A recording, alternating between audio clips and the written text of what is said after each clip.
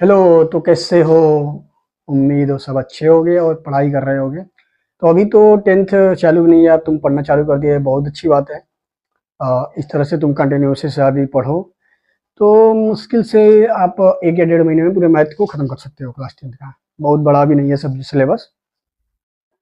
तो आज हम पढ़ेंगे चैप्टर नंबर 6, जो कि क्या है, ट्रायंगल है। अब चैप्टर नंबर 6 है, ट्रायंगल है, तो ट्रायंगल पढ़ने की नीड क्या है? ट्रायंगल के कुछ पार्ट आपने क्लास 9th में ही पढ़ा होगा। यहाँ पर हम केवल दो चीज देखेंगे।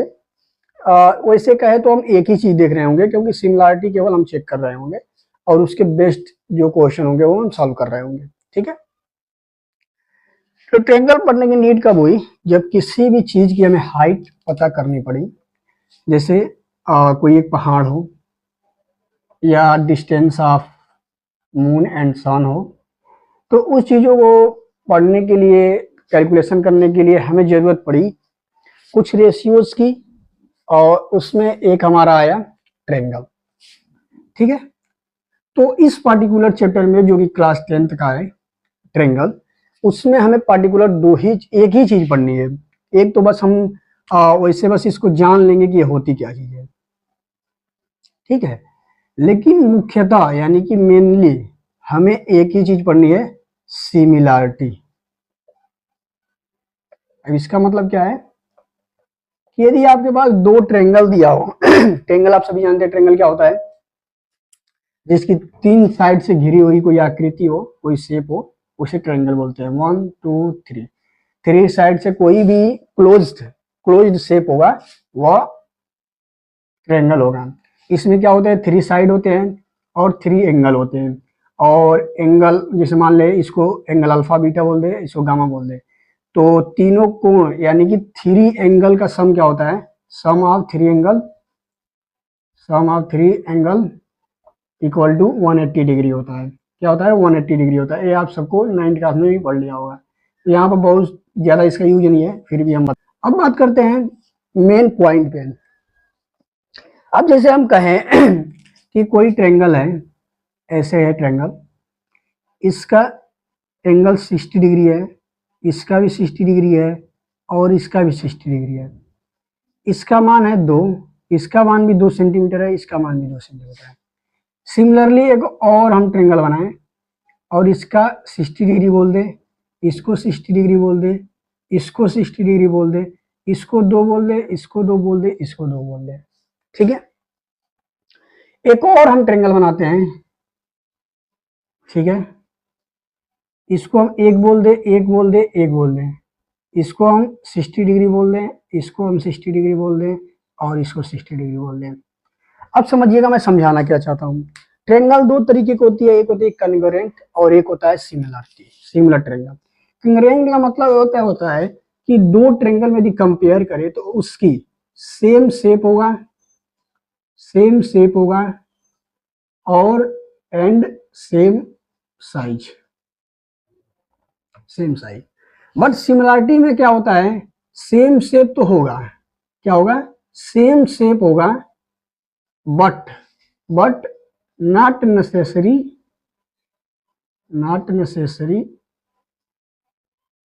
To same size. अब ये क्या बोल दिया?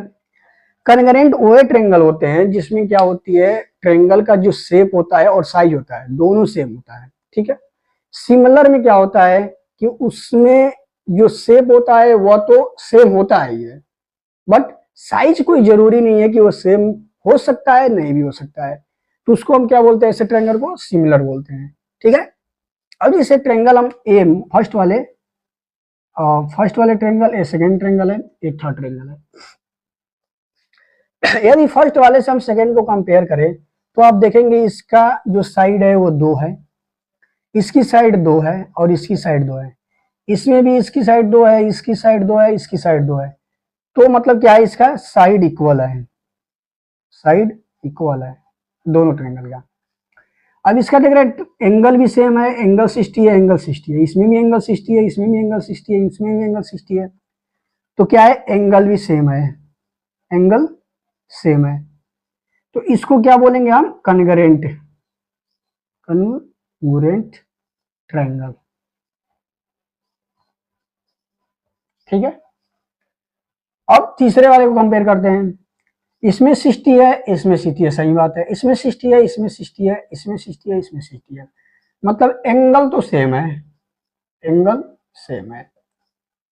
यहाँ पर 2 है, यहाँ पर 1 है, यहाँ पर 2 है, यहाँ पे 1 है, यहाँ पर 2 है, यहाँ पर 1 है, मतलब इसकी तीनों भुजाएं क्या हैं, आपस में सेम है। यहाँ भी तीनों भुजाएं क्या है, आपस में सेम है।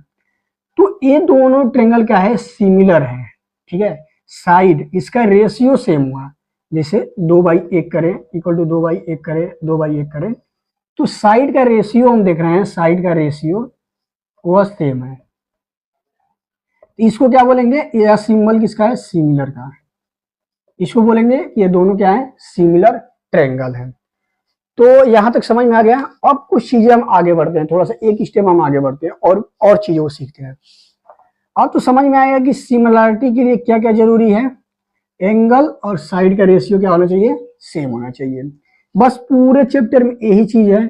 इसी एक बात को आपको ध्यान रखना है कि सिमिलर ट्रायंगल है कि नहीं, उसी पर पूरा क्वेश्चन सॉल्व हो जाएगा। बहुत सारे थ्योरम इसमें दिए हुए हैं, जो कि थ्योरम वही है कि इसको एक्सटेंड करके बनाया गया है, ठीक है। कुछ और सिमिलर फिगर की हम बात कर लेते हैं। जैसे हम एग्जांपल दें कि सिमिलर क्या क्या होता है। तो जैसे एक यहाँ पर सर्कल बना दिए और यहाँ के अंदर एक सर्कल बना दिए और यहाँ एक सर्कल बना दिए।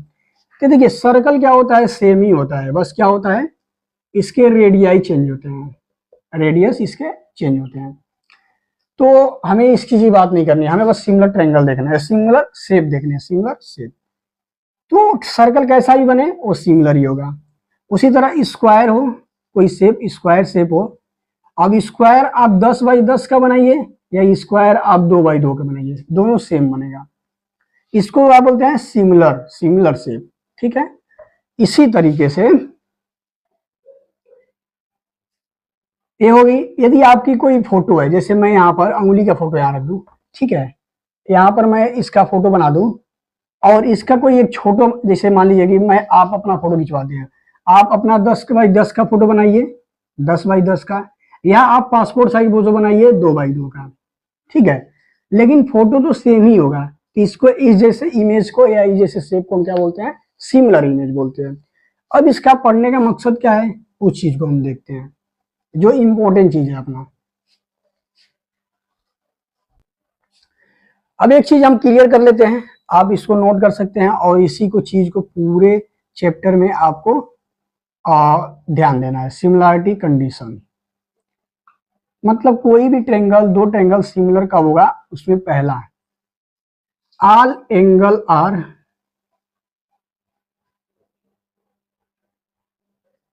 Should be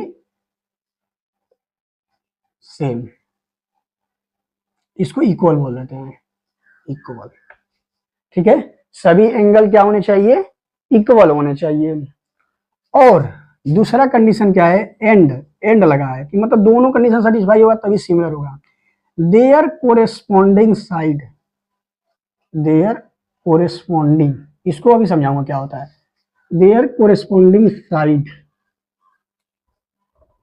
ratio, their corresponding side should be same ratio or proportion. कोई भी दो ट्रायंगल सिमिलर कब होगा, ये दो कंडीशन सेटिस्फाई करनी चाहिए। पहला तो आप समझ रहे हैं कि उसके दोनों के एंगल सेम होना चाहिए, जैसे 60-60 डिग्री था। यह बात करते हैं देयर कोरेस्पॉन्डिंग साइड, जैसे मैं बोलूं कि कोई एक ट्रायंगल हमने लिया, इसका है 60, ये है अपना 90 और ये अपना 30। अब ए बी सी, अब वैसा ही सेम हमने एक ट्रायंगल लिया,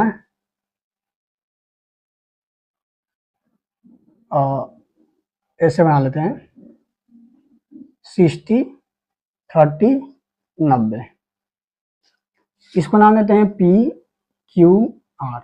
यह है हमारा 3 सेंटीमीटर का, यह है हमारा 4 सेंटीमीटर का, यह है हमारा 5 सेंटीमीटर का। तो देखिए एक और हमें ट्रायंगल लिया 60 30 और यहाँ पर 90 हो जाएगा। इसको मान लेते हैं 9 सेंटीमीटर का है, या 4 सेंटीमीटर का है, ठीक है, या 25 सेंटीमीटर का है। तो एक का क्या रहा है, यहाँ पर 8 लिख लेते हैं, इसके कहने का मतलब यह है कि जब भी हम रेशियो निकालेंगे तो उसका सेम होगा। जैसे हम ए या बी ले, ठीक है, तो ए बी साइड जो है वो किस साइड का है, 60 डिग्री और 90 डिग्री। तो यहाँ पर हम कौन सा साइड लेंगे, पी और क्यू, क्योंकि यहाँ पर क्या है 60 डिग्री है और 90 डिग्री है। तो यदि ए बी और पी क्यू का रेशियो निकालें तो ए बी कितना है 3 सेंटीमीटर, अब पी क्यू कितना है 9 सेंटीमीटर। तो ये कितना आ जाएगा 1/3, ठीक है। इसी तरह हम यदि बी सी निकालें और क्यू आर निकालें तो बी सी अपन में क्यू आर, ठीक है। इसको ले लेते हैं हम 12 सेंटीमीटर, ठीक है। तो बी सी क्या है अपना 4 सेंटीमीटर है, क्यू आर कितना है 12 सेंटीमीटर है। यदि इसको हल करें तो कितना आएगा 1/3। तो कह रहा है कि their corresponding side should be same ratio, मतलब their corresponding side A B यानी कि पी क्यू, बी सी यानी कि क्यू आर और ए सी यानी कि पी आर, इनका जब रेशियो निकाले तो यह सेम होना चाहिए। तो 1/3 ऐसे करके जब तीसरा निकालेंगे तो वो भी क्या होना चाहिए 1/3 ही होना चाहिए। तो इसको क्या बोलते हैं हम, सिमिलर ट्रायंगल, ठीक है। ये हमारे कंडीशन हो गया। अब एक थ्योरम है, बहुत फेमस थ्योरम है, थेल्स थ्योरम, जिसको हिंदी में थेल्स प्रमेय भी बोलते हैं। उसको देखते हैं वो क्या बोलता है, ठीक है। उसी से सारे ड्राइव्ड थ्योरम है, जो कि बहुत बेहतरीन थ्योरम है, वही सबसे इंपॉर्टेंट थ्योरम है अपने चैप्टर में। तो हमारा अगला जो थ्योरम है वो क्या है, थेल्स थ्योरम। मैं इसको हिंदी में आपको समझा देता हूँ क्या बोलता है। थेल्स थ्योरम ये कहता है कि कोई भी एक ट्रायंगल है, कोई भी एक ट्रायंगल है और उसमें किसी एक साइड का एक पैरेलल है, जैसे इसको नाम देते हैं A B C D E.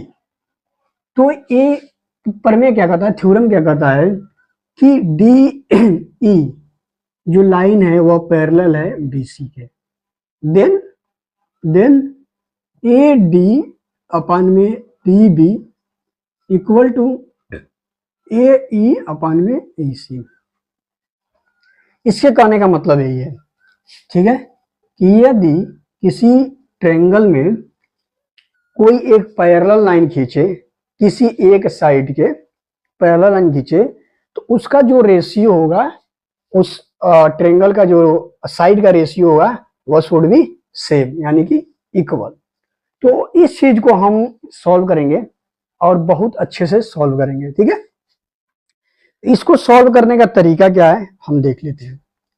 इसी को हमको प्रूव करना है। ये तो प्रमेय बोल दिया कि ऐसा होता है, लेकिन यह होता कैसे है इस चीज को हमें प्रूव करना है, ठीक है। तो देखिए पहले हम क्या करेंगे, इससे हम एक लंब यहां खींचेंगे, यानी कि परपेंडिकुलर लाइन खींचेंगे। यहाँ पे, यहाँ पर यदि हम एक परपेंडिकुलर लाइन खींचे तो यह लाइन कुछ ऐसी होगी, ठीक है। यह परपेंडिकुलर लाइन है, इसको नाम देते हैं हम एन, और यहां से एक परपेंडिकुलर लाइन इस पर खींचते हैं, इसको नाम दे देते हैं क्या, एम। अब इस वाले देखेंगे डी ई सी बी को, इसमें हम इसके डायगोनल को मिला देंगे, ठीक है। अब इससे ऑब्जर्व करके, इस फिगर से हमें ऑब्जर्व करना है और कुछ डाटा एक्सट्रैक्ट करना है, ताकि हम इस वाले नतीजे तक, इस वाले कंक्लूजन तक पहुंच पाए। अब इसमें हमें नतीजा क्या निकालना है, पहले हमें लिखना है area of triangle A D ई। अब ट्रायंगल जो ए डी ई है, ए डी ई, इसका हम एरिया निकालें तो आप ऐसे देख सकते हैं, ये ऐसे लिखा हुआ है ए डी ई, और इस पर क्या है एक लंब है एल। तो कोई भी जब हम ट्रायंगल के एरिया निकालते हैं तो क्या होता है 1/2 गुणा में बेस इंटू हाइट। इसी फार्मूले का इस्तेमाल करके निकालते हैं तो 1/2 बेस क्या हो जाएगा हमारा ए डी, मतलब बेस किसको बोलते हैं, जिस पर परपेंडिकुलर बना हो, और हाइट कितनी हो जाएगी ये वाली लाइन एन ई। इसको हम बोल देंगे इक्वेशन नंबर 1। सिमिलरली हम इसी तरह निकालेंगे इस वाले ट्रायंगल का बी डी ई। यदि हम ट्रायंगल बी डी ई का एरिया निकाले तो हम क्या करते हैं, इसको थोड़ा सा एक्सटेंड कर लेते हैं और यहाँ पर एक लंब खींच देते हैं, तो वो हमारी हाइट हो जाती है। तो area of B D E, इसको निकालेंगे तो सेम 1/2 इंटू में बेस क्या हो जाएगा हमारा बी डी, और हाइट कितनी हो जाएगी हमारी ई एन, ई एन, इसको बोल देंगे हम समीकरण नंबर 2, या एन ई या ई एन दोनों सेम ही कर लेते हैं हम, एन ई। ठीक है, यदि देखिए ट्रायंगल एडीई को फिर लेते हैं, ट्रायंगल एडीई। अब इसमें दो थे परपेंडिकुलर लाइन, तो हमने एक को तो लिख लिया, इसको तो हमने लिख लिया है, अब एक और तो भी है, इसको भी हम लिखेंगे, area of A D E equal to 1/2, base क्या हो जाएगा अब बेस जो हमारा बनेगा वो ए ई बनेगा, इंटू और जो हमारा परपेंडिकुलर लाइन है क्या है वो डी एम है। ठीक है, इसको बोल देते हैं समीकरण नंबर 3। अब एक और हम ट्रायंगल का निकालेंगे, वो क्या हो जाएगा D E C, area of D E C. अब देखिए एरिया ऑफ हमने बी डी ई तो निकाल लिया, अब हम इस वाले ट्रायंगल का एरिया निकालेंगे तो क्या होगा, इसके लिए लंब क्या हो जाएगा, यानी परपेंडिकुलर लाइन क्या हो जाएगी डी एम हो जाएगी, यानी कि 1/2 इंटू बेस क्या हो जाएगा अब ई सी इंटू परपेंडिकुलर लाइन क्या हो जाएगी डी एम। यह क्या हो जाएगा हमारा समीकरण नंबर 4। अब यहां से हम क्या करेंगे, अब देखिए इससे हमें कंक्लूजन क्या निकल रहा है, अब इससे 1 2 3 4 समीकरण हमारे पास बना, तो हम क्या करेंगे, इसको हम और सॉल्व करेंगे, फर्दर और सॉल्व करेंगे। तो क्या लिखेंगे, इसको हम थोड़ा सा और छोड़ कर लेते हैं, इसको एरिया ऑफ ए डी ई। अब इसका रेशियो एक साथ निकालेंगे और इसका रेशियो एक साथ निकालेंगे। ठीक है, ए डी और B D, A D E और बी डी ई, इस वाले ट्रायंगल का रेशियो हम एक साथ निकालेंगे। तो area of A D E upon में area of B D E equal to 1/2 into में क्या है ए डी, इंटू में क्या है N E, upon 1/2 into B D into N E. इसको सॉल्व करेंगे तो ए वाला कट जाएगा, ए भी कट जाएगा, बचेगा क्या हमारे पास ए डी अपॉन में बी डी। इसी तरह इस वाले एरिया को हम रेशियो निकालेंगे, तो area of A D E upon में area of D E C, area of D E C. अब यदि आप बोलेंगे कि ऐसा रेशियो क्यों निकालें, तो देखिए ये हमारा जो ट्रायंगल है ये दोनों में कॉमन मिल रहा है, यदि इसे ऐसे हम ले तब भी ये ट्रायंगल आ जा रहा है, और यदि ऐसे ले तब भी ये ट्रायंगल आ जा रहा है, तो इस वाले एरिया से इस वाले एरिया को हम रेशियो निकाल रहे हैं। ठीक है, अब ए डी क्या है हमारे पास 1/2 इंटू ए ई इंटू में डी एम अपॉन में 1/2 इंटू डी सी क्या है ई सी इंटू डी एम। यहां से देखेंगे तो डी एम कैंसिल हो जाएगा, 1/2 कैंसिल हो जाएगा, क्या निकल के आया ए ई अपॉन में ई सी। ठीक है, अभी हम कंक्लूजन तक पहुंचे नहीं है, अब देखें असली बात यहां से अब चालू होती है। ठीक है, ये एरिया था, हमने रेशियो निकाल लिया। ठीक है, हमने रेशियो निकाल लिया। अब एक चीज आप नोटिस करेंगे कि जो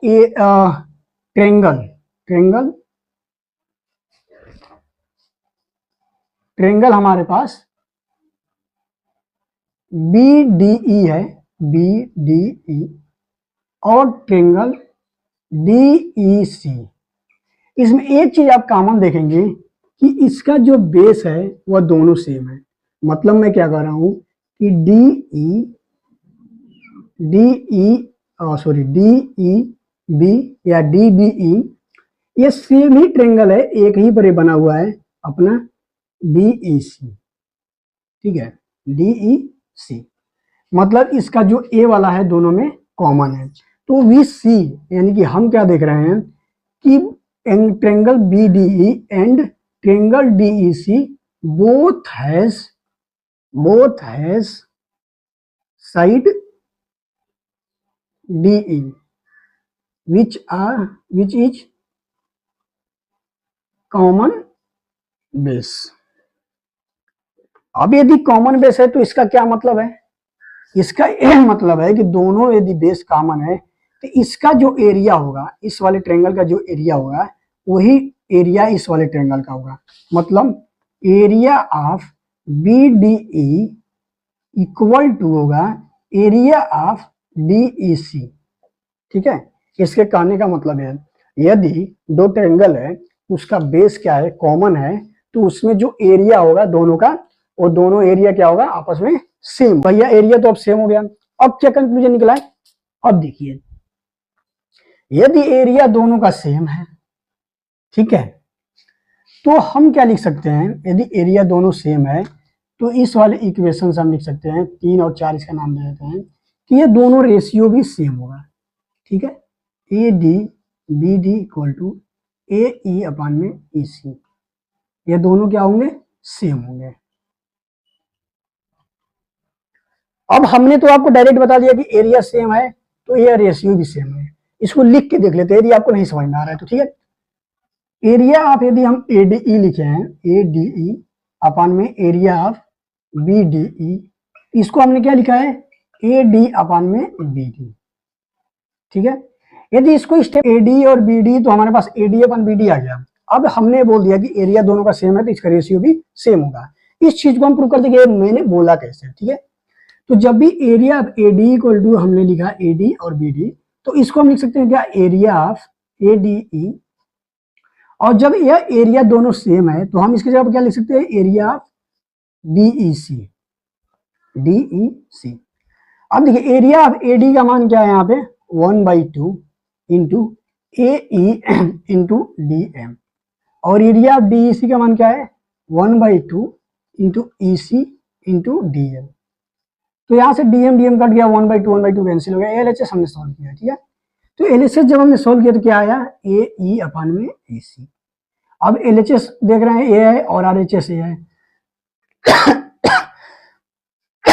तो वही तो हमने लिखा है यहाँ पे, AD अपान में BD, AD अपान में BD और AE अपान में EC, AE अपान में EC। तो LHS इक्वल टू क्या हो गया हमारा, RHS हो गया। अब एक बार इस चीज को हम रिवाइज कर लेते हैं। क्या हमने बोला कि कोई एक ट्रायंगल है, उसमें एक साइड ऐसी है कि जो तीसरे वाली साइड की है, उसके सामने वाली साइड क्या है, उसके पैरेलल है। मतलब DE पैरेलल क्या है, BC। ठीक है, तो हमें प्रूव करना था इसका साइड का रेशियो सेम होना चाहिए। ठीक है, तो हमने क्या किया, पहले एरिया निकाला और ADE की, जो छोटा वाला ट्रायंगल है वो, उसके बाद हमने एरिया निकाला BDE की जिसका बेस सेम है, और DEC का हमने निकाला जिसका बेस सेम DE है। अब एरिया का निकाल लिया तो हमने एरिया का रेशियो निकाला, एरिया का रेशियो निकाला तो हमारे पास साइड के रेशियो आए। अब साइड के रेशियो है तो हमने कंक्लूजन में पहुंचने के लिए हमने क्या देखा कि DE जो लाइन है हमारे पास वह दोनों ट्रायंगल में कॉमन है। और दोनों ट्रायंगल में कॉमन है तो इससे हमने निष्कर्ष निकाला कि यह दोनों ट्रायंगल का जो एरिया होगा वह सेम होगा। इससे हमने यह निष्कर्ष निकाला कि जब एरिया दोनों का सेम है तो उसके साइड का रेशियो भी क्या होना चाहिए, सेम होना चाहिए। तो इससे हमने प्रूव क्या कर लिया कि यदि कोई भी ट्रायंगल हो उसमें कोई एक पैरेलल लाइन हो किसी अन्य लाइन के, तो उसके जो दो ट्रायंगल बनेंगे उसके साइड का रेशियो आपस में क्या होगा, सेम होगा। इसको हम क्या बोलते हैं, इस थ्योरम को क्या बोलते हैं, इस थ्योरम को बोलते हैं हम थेल्स थ्योरम। अब थेल्स थ्योरम उम्मीद है आपको समझ में आया होगा। तो इस वीडियो में बस इतना ही रखते हैं। यदि आप थ्योरम 1, थ्योरम 2, थ्योरम 3 देखेंगे तो इसी का एक्सटेंशन है। नेक्स्ट थ्योरम में बोलेगा कि यदि यह रेशियो सेम है तो प्रूव कीजिए कि इसको DE पैरेलल टू BC। बस यही आपको इसी से खेलना है। मेन तो आपको थ्योरम यही है। मेन पूरे क्लास 10th के जो चैप्टर ट्रायंगल है उसमें केवल आपको यही पढ़ना है, थेल्स थ्योरम ही पढ़ना है। ठीक है, अब इसी के डिराइव्ड थ्योरम है, ठीक है, उसको हम अगले वीडियो में बात करेंगे और अच्छे से उस चीज को भी समझेंगे। तो उम्मीद है आपको ये समझ में आया होगा, और पसंद आया हो तो वीडियो को लाइक कर दीजिएगा, चैनल को सब्सक्राइब कर दीजिएगा और अपने दोस्तों में शेयर कर दीजिएगा।